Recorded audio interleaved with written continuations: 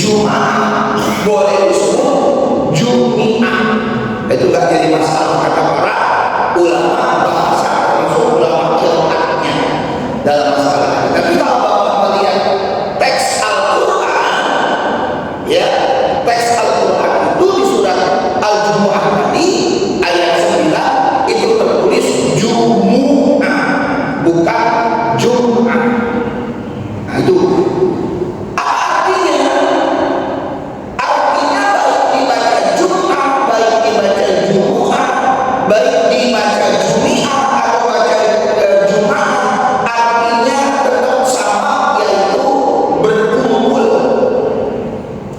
jadi hari Jumat itu hari berkumpulnya, Pak.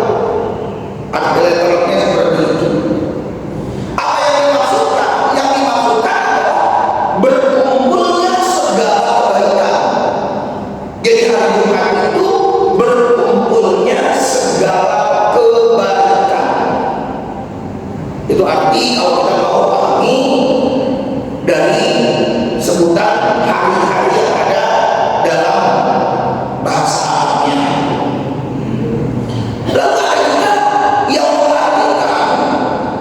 Jumat itu sendiri adalah artinya berkumpulnya kembali Adam dan Hawa dan istrinya. Jadi setelah dipisahkan oleh Allah Subhanahu wa Ta'ala turun dari surga, ya, maka Adam dan Hawa ini nggak ketemu sekian ratus tahun, ya, dan kemudian berkumpul kembali, dan itu terjadi katanya di hari Jumat. Kan disebut lagi ketika kita melaksanakan ibadah haji maupun umrah, ada yang disebut dengan pada Arafah. Nah, Arafah itu sendiri artinya mengenal atau perkenalan. Arafah kalau itu artinya perkenalan atau mengenal, ya, atau disebut dengan apa, Jabal Arafah yang di bukit, ya, bukit Arafah. Kemudian yang berikutnya lagi adalah yang mengartikan Jumat itu adalah berkaitan dengan diciptakannya Nabi Adam. Jadi Nabi Adam dulu diciptakan itu di hari Jumat. Wallahu a'lam. Ya, saya hanya mengutip dari beberapa sumber dari sisi bahasanya dengan terjemahan seperti itu tadi yang saya sudah sampaikan. Jadi ada 3. Saya ulangi, Jumat itu berkumpul dalam arti berbagai macam kebaikan. Yang kedua, yaitu bertemunya Nabi Adam dengan istrinya. Dan yang ketiga adalah diciptakannya Nabi Adam oleh Allah Subhanahu wa Ta'ala, yaitu di hari Jumat. Tapi Bapak dan Ibu sekalian, di zaman jahiliyah, ini di zaman jahiliyah, hari Jumat itu sendiri disebut dengan istilah Arubah.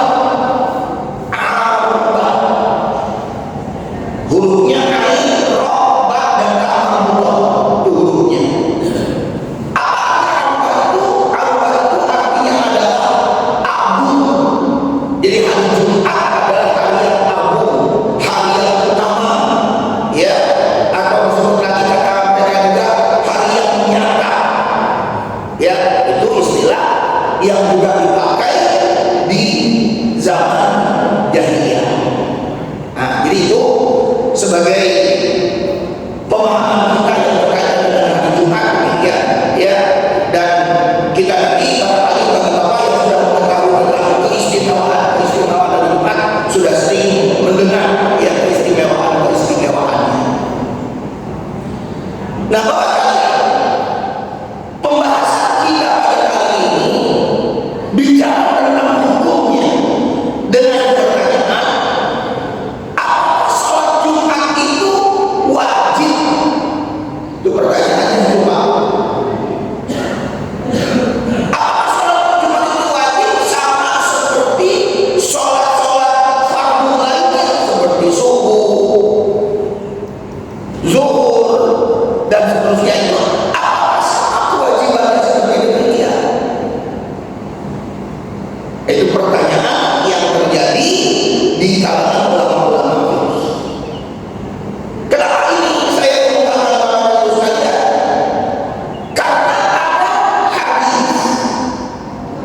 Dia mengecualikan, sekali lagi ada hadis yang mengecualikan tentang tidak wajibnya buat seseorang itu melaksanakan sholat Jumat, tentang tidak wajibnya untuk melaksanakan sholat Jumat. Siapa mereka dalam satu hadis disebutkan? Satu disebutkan yaitu anak kecil, as-sobi. Yang kedua, abdul mamluk, yaitu budak. Yang ketiga adalah al-mari, yaitu orang yang sedang sakit. Yang keempat yaitu perempuan. Dan yang kelima ini yang terakhir adalah musafir. Jadi pertanyaan kita nanti adalah, apakah salah satu dari yang lima ini tetap wajib untuk melaksanakan sholat Jumat? Salah satu dari yang lima ini, atau memang ada keringanan yang diberikan oleh agama kita sehingga salah satu dari yang lima ini mendapatkan dispensasi dari Allah untuk tidak melaksanakan sholat Jumat. Nah, begitu nanti pembahasan kita. Nah, Bapak sekalian, kalau kita memahami ayat di surat Al-Jumu'ah tadi, ayat 9, dan juga nanti kita dapatkan beberapa hadis dari Rasulullah SAW bahwa sholat Jumat itu adalah wajib harus. Itu bahaya. Kalau kita melihat ayat di surat Al-Jumu'ah tadi ayat 9, baru kita lihat ayat surat Al-Jumu'ah ayat 9. Ya ayyuhalladzina amanu idza nudiya lis-sholati min yaumil jumu'ati fas'au ila dzikrillahi wa dzarul bai'. Hai orang-orang yang beriman, apabila diseru, nudiya, diseru, dipanggil, lis-sholati, untuk sholat, min yaumil jumu'ati, yaitu di hari Jumat, apa kata Allah? Fas'au ila dzikrillah, bersegeralah kalian untuk hadir melaksanakan sholat Jumat. Yang berikutnya wal bai', dan tinggalkan aktivitas jual beli. Nah, kita garis bawahi di situ Pak, yaitu dengan kata fas'au ila dzikrillah dan wal bai'. Bersegera ini menunjukkan kata kerjanya adalah kata kerja imperatif. Jadi kata kerja imperatif itu kata kerja perintah. Di dalam bahasa Arabnya disebut dengan fi'il amr. Ya. Jadi kata kerja fi'il amr ini menunjukkan wajibnya untuk melaksanakan sholat Jumat. Kita disuruh bersegeralah, wajib, harus, ya, menjadi fardu buat kita. Lalu yang kedua tadi wadzarul bai', dan kamu tinggalkan aktivitas jual beli ini, aktivitas mencari nafkah ini, kamu tinggalkan semuanya. Nah, jadi berdasarkan pemahaman ini, ayat Al-Quran mengatakan sholat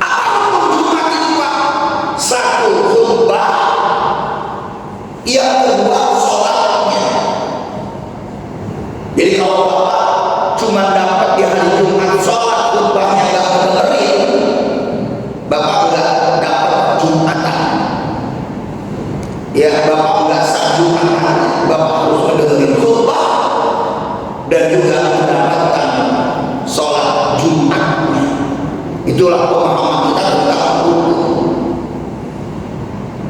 Nah, yang menjadi pertanyaan kita nanti sekarang adalah kaitannya dengan musafir. Dikaitkan dengan musafir. Apakah seorang musafir itu juga harus melaksanakan Jumatan? Nah, itu pertanyaannya. Dalam masalah ini, para ulama fikih dari 4 mazhab ada yang berbeda pandangan tentang apakah wajib dan tidaknya bagi orang musafir itu. Yang pertama sekalian, mazhab Hanafi, seorang musafir itu tidaklah wajib,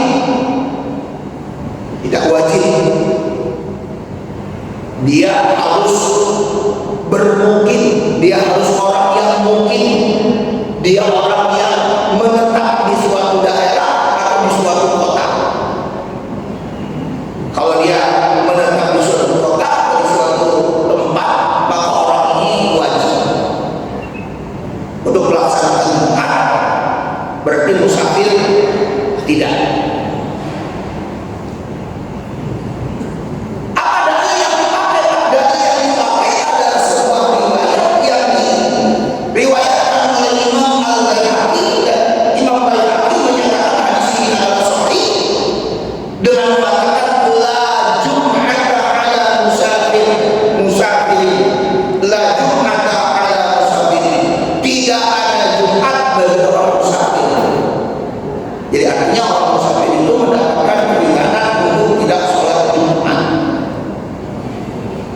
Karena juga memang nanti kalau dia sudah berada di dalam sebuah perjalanan, katakanlah ada di tengah-tengah atau ya katakanlah di tengah-tengah desa gitu, nah dia kan harus mempersiapkan ada yang bisa khutbah.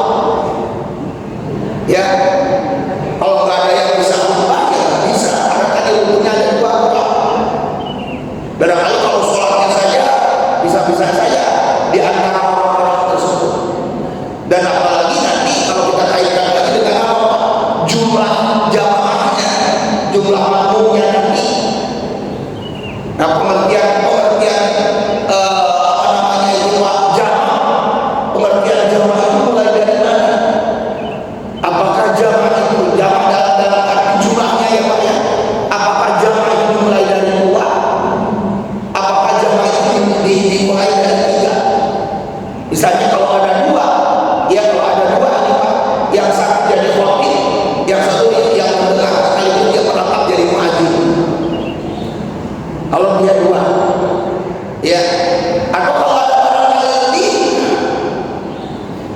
tapi nanti mazhab Syafi'i secara tradisionalnya mensyaratkan yang namanya jamaah sholat Jumat itu 40 orang.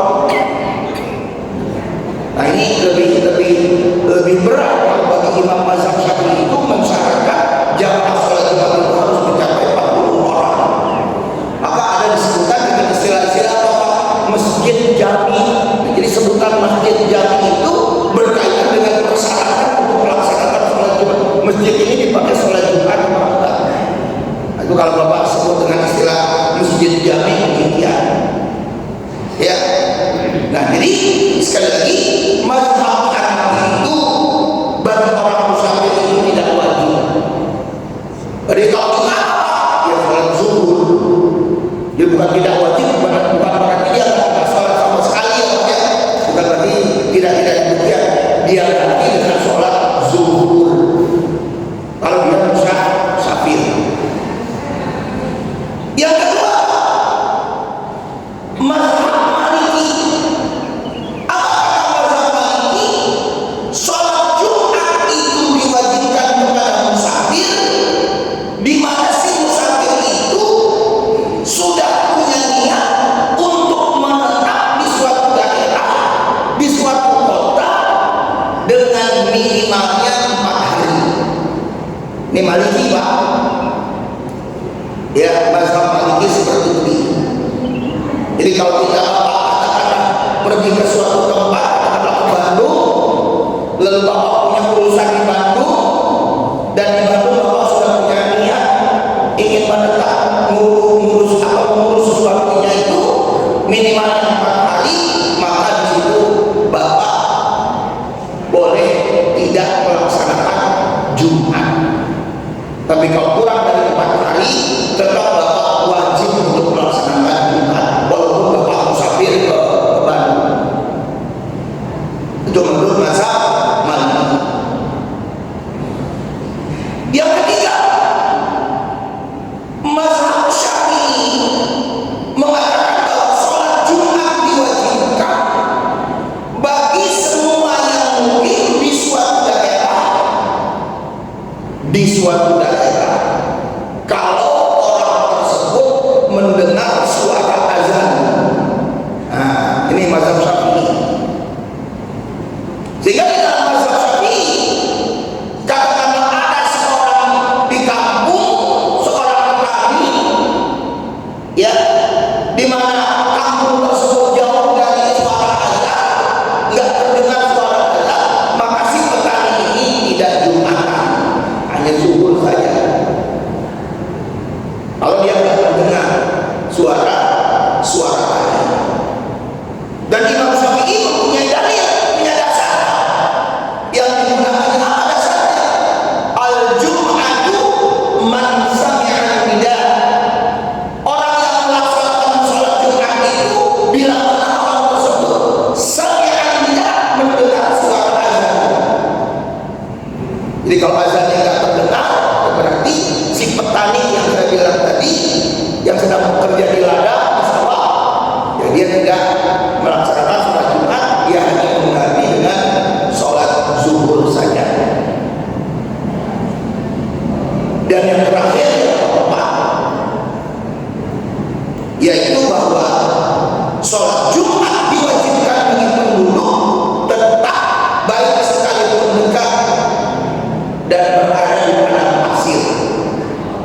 Ya sama kalau tadi di hutan, ya yang jauh dari suara azan, mereka bermukif di suatu daerah tempat dilaksanakannya sholat Jumat. Jadi bagi pendapatnya mazhab Hambali, tetap sholat Jumat itu wajib, ya walaupun dia berada di padang pasir, kecuali barangkali ya kalau dia sendirian tidak wajib. Nah, Bapak sekalian, pertanyaannya dari mazhab-mazhab ini kenapa kok bisa timbul perbedaan tersebut? Barangkali Bapak begitu bertanya. Dari mazhab-mazhab ini kita pahami dulu Pak, corak sekali lagi. Dari mazhab-mazhab ini itu berbeda-beda coraknya. Mazhab Hanafi, pendekatan yang dia lakukan adalah sering saya katakan pendekatannya rasio akal. Ya, kenapa di dalam masalah ini orang musafir itu tidak Jumat? Bisa saja secara akal, karena saya repot, belum tentu barangkali pakaian saya bersih dan lain sebagainya dan lain sebagainya. Makanya sering saya katakan mazhab Hanafi itu adalah mazhab rokyu. Rokyu itu akal, pikiran, lebih dikedepankan. Yang kedua, di mana sholat Jumat itu juga diwajibkan bagi musafir menurut mazhab Maliki. Lalu coraknya mazhab Maliki itu apa sih coraknya? Coraknya mazhab Maliki itu adalah lebih banyak mengikuti amalannya orang-orang Madinah. Jadi pendekatan untuk menetapkan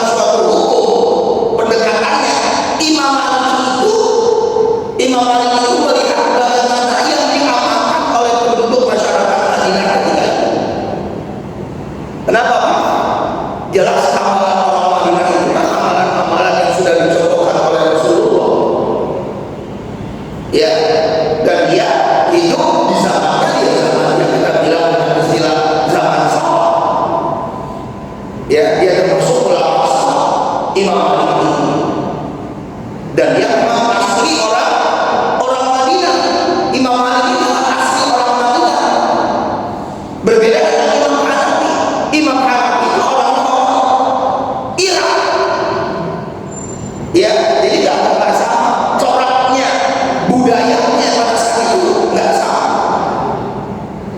Jadi yang dikedepankan untuk pengambilan hukum itu menurut Imam Maliki, dia melihat bagaimana yang diamalkan oleh penduduk Madinah pada saat itu dijadikan sebagai dalil sumbernya. Kemudian yang ketiga, corak dari mazhab Syafi'i itu apa?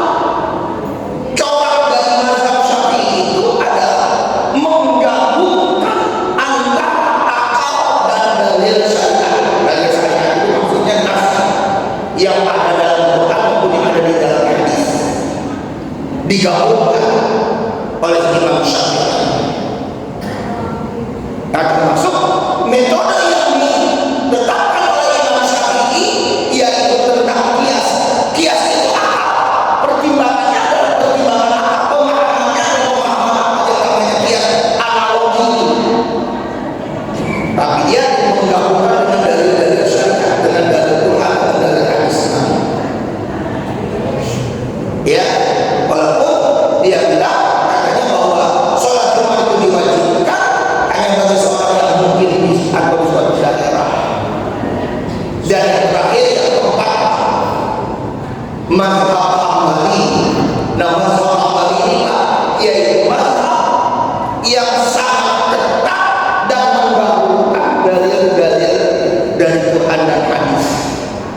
Jadi mazhab Hambali itu ulama yang sangat ketat untuk memprioritaskan dalil-dalil syariat itu sendiri. Jadi kalau ada dalil akal, ya dalil akal nanti belakangan. Nah, kita dulu yang namanya Quran hadisnya kita dahulukan. Nah, dari situlah artinya terjadi perbedaan-perbedaan pendapat di kalangan para ulama tersebut. Nah, jadi bagi kita sekalian, Bapak dan Ibu jamaah Masjid Al-Muhajirin, dalam masalah ini khususnya pembahasan kita yang berkaitan dengan masalah seorang musafir, jelas di kalangan para ulama juga berbeda-beda pendapat. Kalau kaitannya dengan masalah dia seorang perempuan itu dapat dimaklumi, karena dia pada saat waktu Jumat itu yaitu saat-saat yang sibuk untuk berada di dapur, di dalam rumah untuk mempersiapkan masakan makanan. Itu kalau perempuan. Nah, termasuk juga orang yang sakit. Orang yang sakit itu sendiri juga tergantung sakitnya. Kalau memang sakitnya terlalu parah, nggak bisa bangun, nggak bisa berjalan total, katakanlah kita bilang begitu, dia bisa tetap berada di rumah, hanya sholat zuhur saja. Tapi kalau sakitnya masih bisa jalan, masih ada yang mau menuntut, yang sakit ini masih bisa pergi ke masjid walaupun ditutup, nah, maka orang sakit juga tetap berada di dalam kewajibannya untuk melaksanakan sholat Jumat. Nah, kaitannya dengan masalah budak, ya tentu masalah budak ini sudah tidak ada lagi di era sekarang. Kita jelaskan tentang masalah budak tersebut. Jadi yang menjadi penjelasan dalam kaitannya dengan sholat Jumat itu bagaimana seorang musafir, seorang perempuan, dan juga orang yang sakit. Nah, saya kira itu Bapak dan Ibu sekalian, bagi kita dalam memahami tentang sholat Jumat yang dasar sumbernya dari mengacu ke surat Jumat ayat 9 menjadi sebuah pembahasan yang dasarnya adalah wajib. Baik, saya kira kita gunakan untuk diskus. Bapak dan Ibu, kalau ada yang mau dikritisi, dipersilakan. Ada mic-nya atau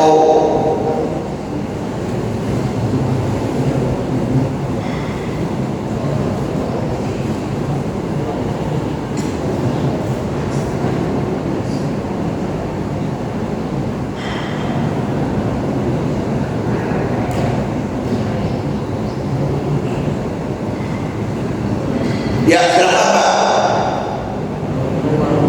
Pakai mic Pak, juga Pak kebenaran tadi.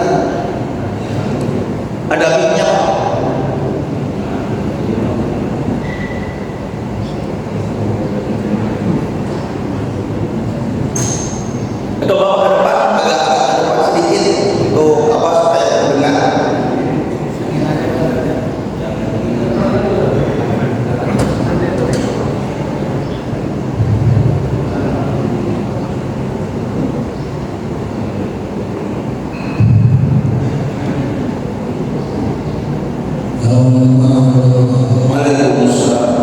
Saya tanya ini, kita musafir tapi belum sampai berkali karena belum sampai, tapi ada kesempatan waktu kita untuk bisa melakukan barangkali pasangan harus musafir tidak kemana-mana, sudah beberapa bulan dia harus tetap salah.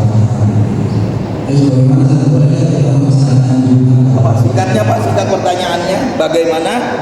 Kita musafir saat dari kita musafir, tapi kita belum berkali. Tapi ada waktu kita untuk melaksanakan salat Jumat pada hari itu. Boleh kita melakukan sampai Malaysia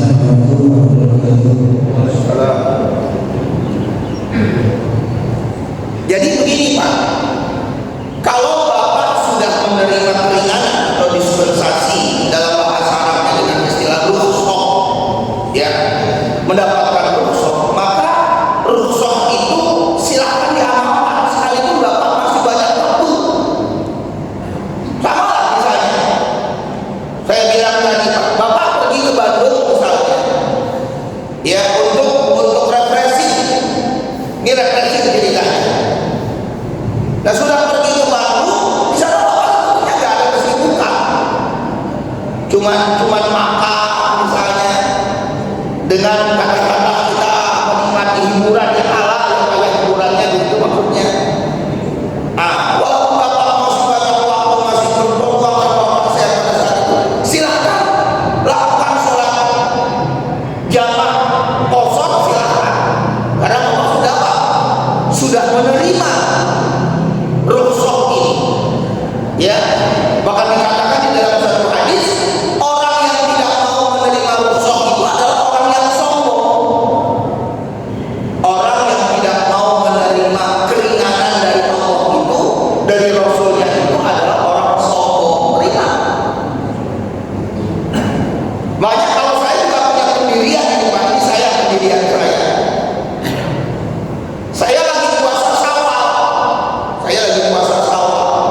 Tiba-tiba Bapak mengundang saya, ngajak makan. Puasa Syawal saya batalin Pak. Ya, puasa Syawal saya batalin. Nah, kenapa? Itu juga ada keterangannya dalilnya. Jadi jangan dipertahankan. Ya, ini menurut saya. Tapi kalau Bapak mau mempertahankan puasa Syawalnya misalnya, ya nggak menjadi masalah. Cuma Bapak rugi, nanti ruginya Bapak nggak dapat keberkahan makan bersama. Makan bersama itu berjamaah itu berkah. Itu jangan anggap remeh makan bersama. Kumpul-kumpul kita dengan teman, dengan saudara kita, makan bersama itu keberkahan. Nah Bapak nggak dapat begitu. Yang kedua, Bapak sudah dicatat apa? Dapat pahala. Katakanlah Bapak sudah puasa kurang lebih sampai jam 11 menjelang zuhur. Bapak makan di situ, Bapak sudah dicatat pahala puasa Syawal sudah dicatat, sudah dapat. Walaupun jam 11 Bapak batalin untuk makan. Nah, itu namanya rukhsah, ya, atau takhfif. Ada keringanan yang diberikan Allah dan Rasulnya kepada kita. Nah, demikian juga pada Jumatan, baik itu Jumatan maupun juga sholat jamaah, sholat kosong karena Bapak dalam keadaan musafir, ya itu.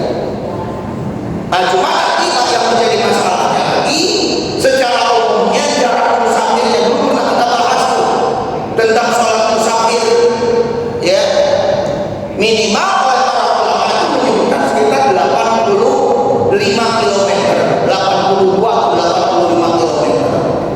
Nah, itu sudah kita sampaikan dulu. Ya, jarak apa namanya yang kita tempuh. Nah, jadi sekali lagi, kalau Bapak sudah menerima keringanan, terima keringanan itu secara penuh. Jangan separuh-separuh, walaupun Bapak saya bilang tadi demikian. Termasuk Pak, termasuk lagi nih, contoh lain. Bapak mau pulang dari Bandung ke rumah kita ke Bekasi, tadi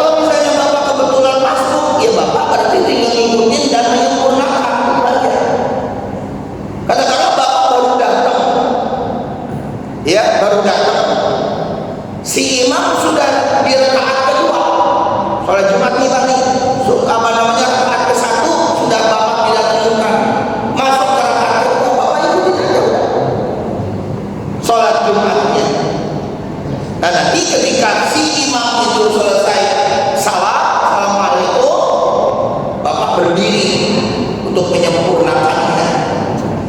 Karena kalian sudah pernah kita sampaikan dalam kajian di sini, apapun yang kamu temukan berkaitan dengan imam itu, kata Nabi, fattabi'u, ikuti. Wa ma fatakum fa'atimmu, apa yang terlewatkan itu fa'atimmu, sempurnakan. Cuman itu tadi saya bilang, rukun Jumat itu dua, harus mendengarkan khutbah dan harus mengikuti sholat. Tapi Bapak dalam masalah ini soal khutbahnya nggak mendengarin. Ya, lebih kurangnya udah serahin sama Allah. Cuman kalau kita lihat dari sisi dalil-dalil, ya, para ulama menetapkan yang namanya sholat Jumat itu harus terpenuhi dua unsur tadi, mengikuti khutbah dan melaksanakan sholatnya. Makanya ada sebagian ulama, di sebagian ulama, sholat Jumat itu dengan sholat zuhur itu berbeda, nggak sama. Sholat Jumat dengan sholat zuhur, karena di dalam sholat zuhur ada 4 rakaat, sedangkan sholat Jumat 2 rakaat dan 2-nya itu artinya diganti dengan itu. Itu ada memang pendapat yang kayak gitu. Tapi jangan menyamakan sholat zuhur dengan sholat Jumat, jangan menyamakan dalam masalah ini. Ya, dia harus yang kita sebutkan tadi, di mana Jumatan itu ada khutbah, dia ikuti khutbahnya dan ada sholatnya. Ya, nah, jadi pelaksanaannya harus terpenuhi seperti ini. Ya, kalau juga tadi Bapak bilang saya masuk hanya mendapatkan sholat, dan sholatnya juga barangkali cuma apa Pak? Cuma di rakaat kedua dari imam yang sedang melaksanakan sholatnya itu, ya Bapak ikuti. Adapun nanti persoalannya ya kita serahin kepada Allah. Nah ini Pak, kalaupun ada, boleh nggak melaksanakan sholat Jumat itu dibikin 2 gelombang? 2 gelombang, maksudnya begini Pak, di gelombang pertama penuh masjidnya, ya, lalu setelah selesai sekelompok orang bikin lagi gelombang kedua. Boleh nggak melaksanakan sholat Jumat seperti itu? Boleh, silakan. Ya, kalau memang masjid tersebut, tempat tersebut tidak menampung jamaah, tidak bisa menampung jamaah, bikin aja. Jadi kalau begitu Pak, kapan waktunya sholat Jumat? Waktunya sholat Jumat berarti dari tergelincirnya matahari lewat sedikit sampai masuk waktu asar. Nah, jadi kalau Bapak mau melaksanakan sholat Jumat, katakanlah misalnya tadi Pak ya, sampai di gelombang ketiga, misalnya, silakan, selama waktunya itu masih ada, waktu zuhurnya itu masih ada, yaitu dari waktu zuhur sampai waktu asar. Jadi sholat Jumat itu seperti begitu, ya, dalam konteksnya bahwa apa namanya itu dipersilakan selama waktunya itu masih ada, ya. Tapi kalau sudah masuk waktu asar ya berarti sudah nggak ada lagi Jumat, nggak ada lagi sholat Jumat. Ya saya kira itu. Ya, misalnya Pak ini Pak, ini Pak, ya.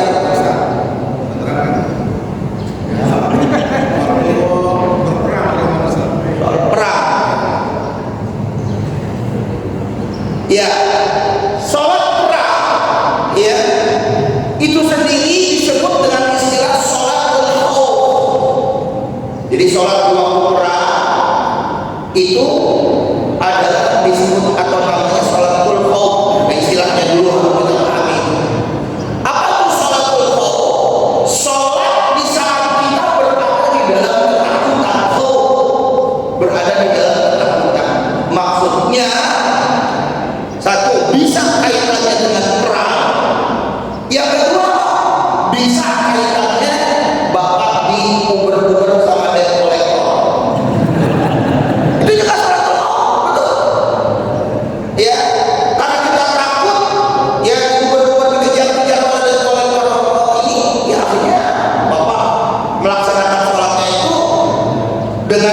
meringkas.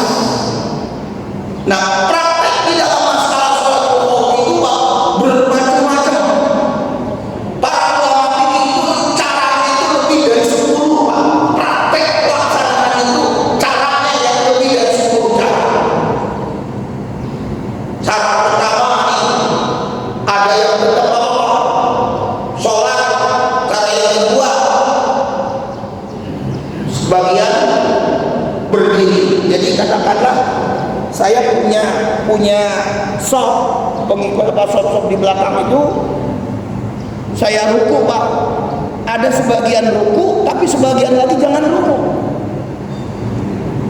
walaupun yang ngikutin saya Pak, saya jadi imam, tapi sebagian lagi nggak boleh ruku karena dalam kondisi perang itu tadi ya. Jadi nanti begitu seterusnya, saya bangun dari ruku, iktidal itu barulah nanti yang di belakang dia ruku. Jadi seakan-akan memang berlawanan apa namanya itu, gerakan dengan saya, walaupun dia itu berjamaah. Nah, jadi begitu bermacam-macam caranya. Makanya saya bilang tadi di kalangan para ulama begitu lebih dari 10 cara ya dalam sholat khusyuk ini. Nah, tetap Bapak sekalian, sebagai bentuk hikmah, ini bentuk hikmahnya ya Pak ya, dalam masalah ini. Di sini kita memahami bahwa sholat itu nggak boleh ditinggalin, nggak boleh diremehkan oleh kita, ya, nggak boleh diremehkan oleh kita sebagai seorang muslim. Bayangkan lagi perang saja tetap kita disuruh sholat, lagi perang. Nah, Bapak bisa lihat nanti dalilnya ya, Quran surat An-Nisa, tentang sholatul khusyuk itu di ayat 102. Surat An-Nisa surat 4 ayatnya 102. Ya. Nah, di situ dikatakan wa idza kunta fihim faqamna lahumus sholata faltaqum ta'ifatun minhum ma'aka wal yaqudu aslihatahum. Ya, wal yaqudu, ambillah oleh kalian aslihatahum, senjata kalian. Padahal Bapak lagi sholat tetap harus megang senjata, takut ada musuh menyergap. Nah, itu di ayat 102. Ayat ini agak panjang di sini. Nah, jadi sholatul khusyuk itu adalah sholat yang juga mendapatkan satu keringanan di dalam masalah ini, yang dipraktekannya nanti berbeda-beda pendapat. Ya, yang prakteknya. Yang jelas di dalam masalah ini sekali lagi, sholat nggak boleh ditinggal walaupun dalam keadaan perang. Ya, harus ada, tetap sholat itu ditegakkan di kalangan para jamaah. Ya, kita ini kalau kita praktekin cara-cara sholat perang ini memang agak kerepotan juga Pak. Ya, seperti yang saya bilang tadi, contohnya secara apa namanya gampangnya seperti tadi. Ya, mereka semua itu sholat, tapi ada saf-saf tertentu yang di belakang itu tidak ikutin gerakan imam, tapi sholatnya niatnya bersama imam. Ya, karena nggak boleh kalau semuanya sujud, misalnya kalau saya sujud, semua jamaah sujud, nah nanti disergap sama musuh. Ada ketika saya sujud, ada jamaah yang nggak boleh sujud. Nah, begitu praktek-prakteknya. Nah, itu disebut dengan istilah tadi sholatul khusyuk. Ya, sholat yang berada di dalam ketakutan. Itu kaitannya dengan masalah sholat dalam keadaan perang. Ya, saya kira itu Pak.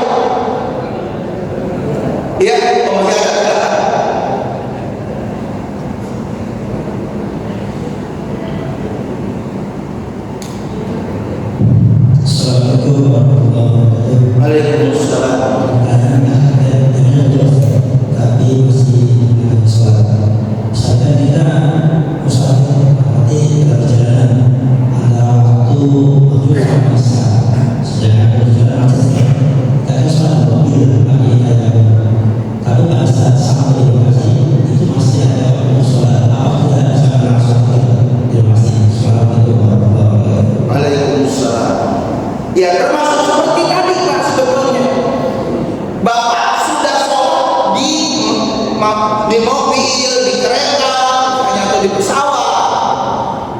Tetapi ketika tiba, waktunya masih ada. Di suatu tempat bapak sampai, tapi waktunya masih luas. Nah pertanyaannya apa? Kita harus melaksanakan sholat kembali secara normal? Ya nggak perlu. Ya tetap saja sholat yang bapak sudah lakukan di dalam mobil, di dalam pesawat, di dalam kereta, itu sudah menjadi sah. Ya buat kita melaksanakan sholat secara musafir tadi. Jadi jangan bapak boleh saya katakan, jangan bapak merasa apa? Oh kayaknya gak enak nih, waktunya masih panjang, kan saya gak sibuk, saya gak repot. Jangan begitu pikirannya. Yang jelas Islam itu memberikan keringanan. Ya, makanya di dalam fikih ya Pak, yang di dalam fikih itu ada dua istilah yang kita sebutkan. Ada istilah yang namanya azimah, dan yang keduanya tadi saya sebut yang disebut dengan istilah rukhsah. Ya, jadi ada azimah itu dalam kondisi-kondisi normal. Ya rukhsah itu dalam kondisi-kondisi tidak normal, seperti kita bilang tadi musafir dan lain sebagainya. Nah makanya di sini kita harus memahami kembali bahwa Islam itu tidak mempersulit kita dalam kita beribadah, tidak mempersulit. Itu pakai Pak. Jadi landasan tidak mempersulit kita. Islam itu adalah mudah. Islam itu tidak sempit. Islam itu tidak kaku. Nah, ya dalil-dalilnya banyak. Kalau Bapak mau lihat lagi bahwa Islam itu tidak sempit, bahwa Islam itu tidak mempersulit, dalil-dalilnya banyak. Ya seperti Bapak bilang, yuridullahu bikumul yusra, Allah itu menginginkan kemudahan. Lalu di dalam agama itu Allah tidak menjadikan di dalam agama itu supaya kita sulit. Itu Bapak bisa lihat lagi dalam Quran surat Al-Hajj surat 22 ayat terakhir. Ya, seperti lagi hadis Nabi yang mengatakan ad-dinu yusrun, agama itu adalah mudah. Itu dalil-dalil dasar. Ya, dalil-dalil dasar ketika kita ingin memahami tentang fikih atau ilmu fikih. Ya, nah maka akhirnya dari situlah para ulama memberikan metodenya, yaitu dengan adanya azimah dan rukhsah itu tadi. Ya, nah jadi saya kira demikian ya, dalam kondisi yang sudah seperti begitu, walaupun waktu masih banyak dan kita tidak dalam keadaan sibuk atau merepotkan ya. Baik. Ya. Kalau hari Jumat itu jatuh pas hari raya, apakah kita dapat rukhsah sehingga kita nggak sholat Jumat atau bagaimana? Yang kedua, apabila kita 3 kali berturut-turut tidak sholat Jumat, ya kalau kafir, penjelasannya apa? Ya, baik. Jadi yang pertama kaitannya seperti kemarin, bagi bapak, ibu yang mengikuti Muhammadiyah, ya Pak ya.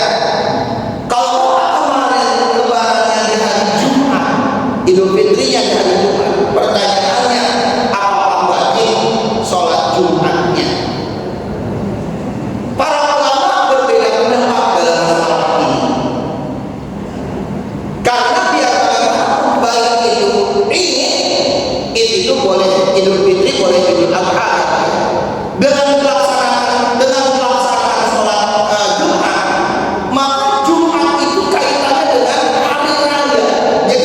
Jadi berkumpulnya 2 hari raya, berkumpulnya atau ada dalam satu waktu. Idul Fitri atau Idul Adha dengan sholat Jumat atau di hari Jumat itu berkumpulnya 2 hari raya. Nah di dalam masalah ini ya, seperti pendapatnya dari Imam Hanafi juga. Nih Imam Hanafi berpendapat bahwa Jumatnya itu bisa gugur. Jadi nggak usah Jumatan. Ya, jadi bapak sudah melaksanakan sholat Id tadi pagi, siangnya bapak nggak sholat Jumat, hanya sholat zuhur saja. Ya, tapi pendapatnya Imam Syafi'i dan Imam Ahmad bin Hanbal itu tetap wajib melaksanakan sholat Jumat, tetap harus.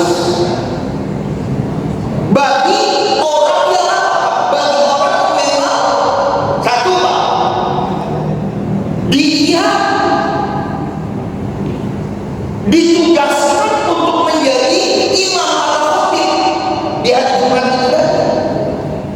Bagi dia yang ditugaskan menjadi khatib, menjadi imam untuk melaksanakan sholat Jumat, padahal di hari raya atau di paginya dia sudah melaksanakan sholat itu, maka dia tetap wajib untuk melaksanakan sholat Jumat.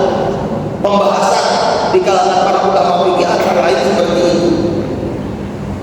Ya, tapi bagi yang lain lagi saya katakan tadi tidak wajib. Nah, kalau Bapak pertimbangkan mana yang lebih kuat dalil-dalilnya, saya berpendapat dalil-dalilnya itu lebih kuat yang tetap wajib sholat Jumat, walaupun paginya kita sudah melaksanakan sholat ini. Nah, jadi harus ya bagi kita.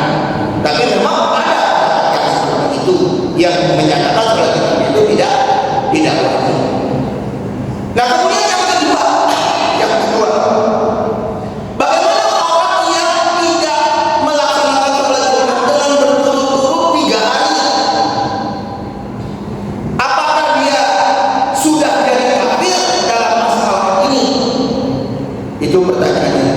Dulu pernah kita bahas kaitannya tentang orang yang melaksanakan sholat Jumat disebut meninggalkan sholat, bukan hanya Jumat yang banyak sholat yang lain pun itu disebut kafir dengan sebuah dalil yang umum. Ini dalil umum, man taraka sholata muta'ammidan faqad kafara jihad. Barang siapa yang meninggalkan sholat dengan sengaja, maka dia kafir. Bapak sekalian, menghukumi kafir ini nggak boleh sembarangan. Ya, menghukumi kafir nggak boleh sembarangan. Para imam mazhab pun sama. Nanti yang berbeda yang suka sembarangan langsung memvonis kafir itu pemikirannya orang-orang Khawarij. Jadi orang-orang Khawarij itu tetap kafir meninggal sholat itu kafir dibunuh. Nah, itu orang-orang Khawarij. Imam mazhab yang empat itu ada 3. Lalu apa jatuhnya kalau dia tidak berturut-turut tidak melaksanakan sholat Jumat ini? Ada nggak orang tersebut mengingkari perintahnya? Bedakan Pak, bedakan. Meninggalkan sholat Jumat atau sholat yang lainnya dikarenakan sibuk, dikarenakan ketiduran misalnya,